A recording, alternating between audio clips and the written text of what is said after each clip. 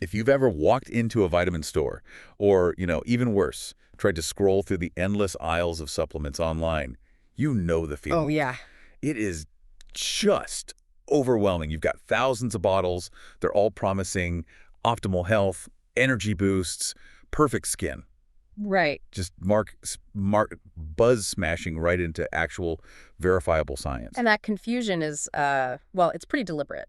So our mission for this deep dive is really to extract the absolute signal from all that noise. We've gone through the current evidence, the research reflecting trends for 2024, 2025, to give you a shortcut. Okay. We're focusing on 3 critical areas: rigorous quality evaluation, the regulatory landscape here in the U.S., and then just clarifying the practical use cases and the forms that actually work for the most common supplements. So what we're really trying to do is give you the ultimate knowledge framework Exactly. So you can make smart decisions. and make them fast. So by the time we wrap up, you'll know exactly how to evaluate a product, before you even pick it up. You'll know the non-negotiable indicators of quality. Exactly. And the key facts about bioavailability, like why one form of a supplement might be 10 times better than another. To start, let's just quickly define what we're even talking about. Vitamins, at their core, are essential organic compounds you need in small amounts for, basic metabolic function. Right. But it gets complicated right there on the label. Think about B vitamins. B12 might be listed not just as B12, but as methylcobalamin. That's a specific active form. And dosing units are a total nightmare. I'm constantly jumping between IU and MCG. Yeah, exactly. IU, or international units, are usually for fat-soluble vitamins like D and E, while MCG, micrograms, or MG, milligrams, are for others. But beyond the unit itself, the delivery method profoundly impacts how your body uses it. You'll see terms like enteric coatings, liposomal formulations, or time release. I feel like those terms are just added to increase the price tag. I mean, what do they actually do for you? Well, they matter immensely. Take liposomal formulations. They're designed to basically wrap the nutrient in a tiny fat bubble. A little vehicle. It is a vehicle, yeah, that protects it from being degraded by harsh stomach acid and lets it pass into the bloodstream more efficiently. So your effective dose is actually higher, even if the label amount seems standard. In time release. That just aims to smooth out absorption over several hours instead of hitting your system all at once. It's all about optimizing bioavailability. Okay, so let's unpack this and get into quality. If quality is, as you say, more than marketing buzz, what are the absolute non-negotiable indicators you should be looking for? You have to look for 3 key pillars of product credibility. First, and this is probably the most important. Let me guess, third-party testing. Exactly. Third-party testing. This is where an independent lab, not the manufacturer, verifies that what's on the label is actually in the bottle and that it's free of contaminants. So you're looking for those little logos? You are. Look for certifications from organizations like USP, that's US Pharmacopoeia, NSF International, or Informed Choice. Those logos are small, but they carry a huge weight. They're basically telling you we checked their homework. Precisely. The second pillar is manufacturing standards.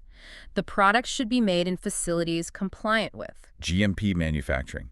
Good manufacturing practices. Right, and this is crucial because it governs the whole production process to ensure consistency.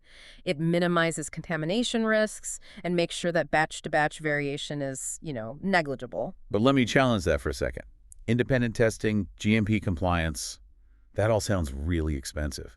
Are we saying that only the massive, highly priced brands can afford to be trustworthy? That is a great question, and it brings us right to the third pillar, transparency. Yeah.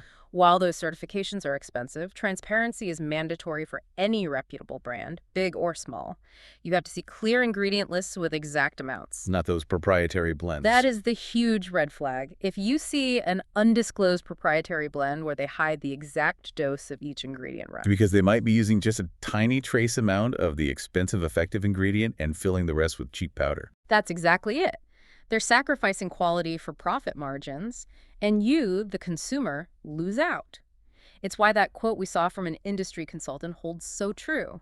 The best quality comes from end-to-end transparency, not just a strong marketing claim.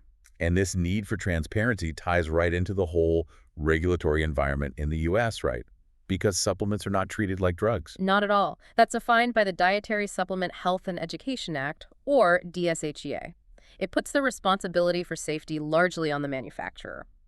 The FDA really only steps in to monitor for fraud, misbranding, or safety issues after a product is already on the market.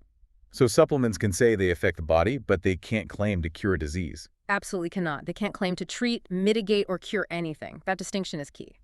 So, practically speaking, when I look at a label, what am I looking for? Okay, first, focus on the supplement facts panel. It's mandatory. It has to detail the nutrient amount per serving, the percent daily value, and all the other ingredients. Then you look at the language of the claims. The structure function claims. Right, like supports joint mobility or promotes a healthy immune response. If it makes a claim like that, it must include a critical disclaimer. The famous fine print. Yes. Yeah. That mandatory statement that says, this product has not been evaluated by the Food and Drug Administration. This product is not intended to diagnose, treat, cure, or prevent any disease. If a bottle promises to cure your chronic fatigue, that's illegal and a huge red flag. Okay, this is where it gets really interesting. We can apply all this. Let's walk through the most common supplements and focus on why specific forms matter, starting with that bone health power couple, vitamin D3 and calcium. Right, starting with vitamin D, the form is everything. D3, or cholecalciferol, is the preferred form, period. Its bioavailability is far superior to vitamin D2. Which is ergocalciferol. Correct. Our sources consistently show D3 is just more effective at raising and sustaining your blood levels of vitamin D, which is what you need for bone health, and reducing fracture risk. So if I see D2 on the label, should I just walk away? I wouldn't say walk away, it's not ineffective, but D3 is demonstrably better, especially if you're managing or trying to prevent a deficiency. The goal is making sure the body can actually use it. And since D3 is often paired with calcium, what are the specifics there? With calcium, you'll see forms like carbonate and citrate, and that distinction is all about absorption and comfort. Comfort. Yeah. Calcium citrate is often way better tolerated than carbonate, and here's why. Carbonate needs a lot of stomach acid to break down. Many older adults produce less stomach acid naturally, which makes citrate the superior choice for them. That is a great practical tip, especially for anyone buying supplements for their parents. And we should probably mention vitamin K2 here too. Absolutely. K2 is kind of the unsung hero. D3 helps you absorb calcium, but K2 helps direct that calcium into the bones and away from soft tissues like your arteries. Ah, so it's the traffic cop for calcium. That's a great way to put it. It makes the combo of D3, calcium, and K2 the sort of modern, smarter approach to bone support. But a quick caution. Don't overdo the calcium.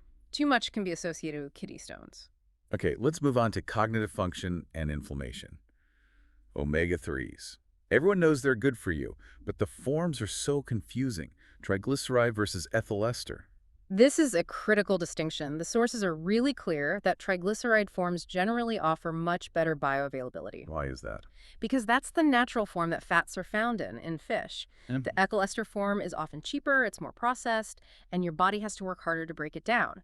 If you want the most bang for your buck, look for the TG triglyceride designation. And we have to distinguish between EPA and DHA, right? They're not interchangeable. Not at all. They have specialized roles. DHA is strongly linked to brain health, neurodevelopment and cognitive maintenance. EPA is the one that's really associated with anti-inflammatory activity for things like joint health and cardiovascular support. And quality check here is all about purity. Purity is paramount. You have to verify the absence of contaminants like PCBs and heavy metals, which you can find in cheaper, less regulated fish oils. Let's turn to gut health. Probiotics. They're incredibly popular, but also incredibly nuanced. It feels like you're just buying a jar of bacteria and hoping for the best. It is nuanced, and the critical factor is specificity. Probiotic effects are highly strain-specific. Not all lactobacillus are the same. Effectiveness depends on the specific strain, the CFU counts. That's the colony-forming units. Right. And, most critically, viability. What does viability actually mean, practically? It means they have to be alive when they get to your gut. If you buy a product with 50 billion CFUs, but they all die during shipping or sitting on your shelf, that number is completely meaningless. So you have to check the storage requirements. You absolutely must. Is it truly shelf-stable, or does it require refrigeration? If it needs to be kept cold and it wasn't, you probably wasted your money. That's the difference between a high count on paper and actual effectiveness in your body. Okay, deficiency risks. Let's talk about B12 and iron. Super common deficiencies. For sure. B12 is essential for nerve function. The highest risk groups are vegans, vegetarians, and older populations. And for forms, a lot of people prefer methylcobalamin over cyanocobalamin. Why? Because methylcobalamin is the active, readily usable form. Your body doesn't have to convert it first. And then there's iron. Deficiency is rampant, but taking it can be a deeply unpleasant experience for your gut. That's the classic issue. The most common forms, ferrous sulfate, ferrous fumarate, they're potent, they raise your iron levels quickly, but they often cause a ton of GI side effects. Constipation, nausea, all that fun stuff. Exactly. This is where innovation really helps. Alternative forms, like liposomal iron, are coded for protection, and they can improve tolerability significantly because they bypass some of that direct irritation in the digestive tract. Finding that liposomal alternative could be huge for a lot of listeners. It can be, but we have to give a strong warning about interactions here. Iron needs to be monitored, and it absolutely interacts with other major minerals like calcium and zinc, reducing their absorption if you take them together. It also messes with certain medications like antacids. Okay, last one.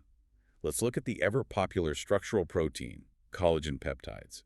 What's the evidence saying about skin and joints? So most quality products are what's called hydrolyzed, and they come from bovine, porcine, or marine sources.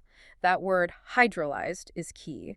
It means the protein has been pre-digested, broken down into smaller, easily absorbed peptides. So similar to the liposomal delivery, the company has done the heavy lifting of breaking it down for us. Exactly right. And the evidence does show some consistent benefit for improving skin elasticity and reducing joint discomfort. A quick practical tip. Pair your hydrolyzed collagen with vitamin C.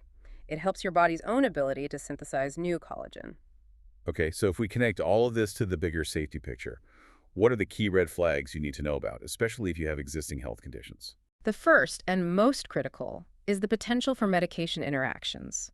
Supplements are biologically active. They can interact powerfully with common drugs like blood thinners, diabetes meds, or blood pressure medications. That's huge. High-dose omega-3s or vitamin E can enhance blood thinners, right? Yes, increasing bleeding risk. And they can affect chronic health conditions. Someone with kidney disease needs to be extremely careful about stacking minerals like calcium or vitamin D. A consultation with a healthcare professional is not optional, it's mandatory. What are the biggest red flags on the market right now that you should just avoid immediately? Avoid prolonged high-dose usage without medical supervision. More is not better. Steer clear of any product promising miraculous weight loss or disease cures, especially those hiding behind proprietary blends, and demand products that submit to batch testing. So we've covered the present. What about the future? What are the trends shaping the market as we head into 2025? The market is fundamentally changing. It's moving rapidly toward personalized nutrition. Away from the one-size-fits-all multivitamin. Exactly. We're seeing targeted formulas based on genetics, microbiome profiling, and specific life stage needs. So instead of a standard dose of B12, you might get a precise dose and form because your genetics show you don't process it well. Wow. Secondly, the demand for trust is just skyrocketing. The educated consumer is demanding even more transparency and third-party verification, especially for clean label and vegan products. And finally, there's major innovation. Probiotic strategies are expanding way beyond gut health. We're now looking at formulations for mood, skin health, even sports recovery. That brings us to our actionable guidance. For the listener who wants to walk into the store today and feel confident, here's your 4-step process. Okay, step 1. Define your specific need. Don't just take a pill because of an ad. Confirm a genuine need. Step 2. Verify quality. Look for those third-party logos, USP, NSF, and demand a totally transparent ingredient list, no proprietary blends. Step 3. Confirm the right dosing and form. Make sure the form is bioavailable like D3 over D2 or triglyceride omega-3s. And step 4. Monitor your outcomes and discuss them with a professional. Don't just keep taking something forever if you don't feel a benefit or if you start a new medication. That 4-step process is crucial. So we covered the big ones. The difference between D2 and D3, why you want triglyceride omega-3s, and why strain specificity is everything for probiotics. It's a huge amount of information, but it's all designed to help you be smarter than the marketing department. Right. And my final thought for you to explore builds right on that idea of personalization. If future testing allows products to be precisely tailored to your unique body chemistry, your DNA, your gut flora, how will that knowledge fundamentally change your decision-making? Will you still buy broad maintenance doses, or will you wait for that ultimate custom formulation, something to mull over as the market evolves? A great question to end on. We hope this deep dive helps you navigate the supplement aisle with total confidence. Thank you for joining us.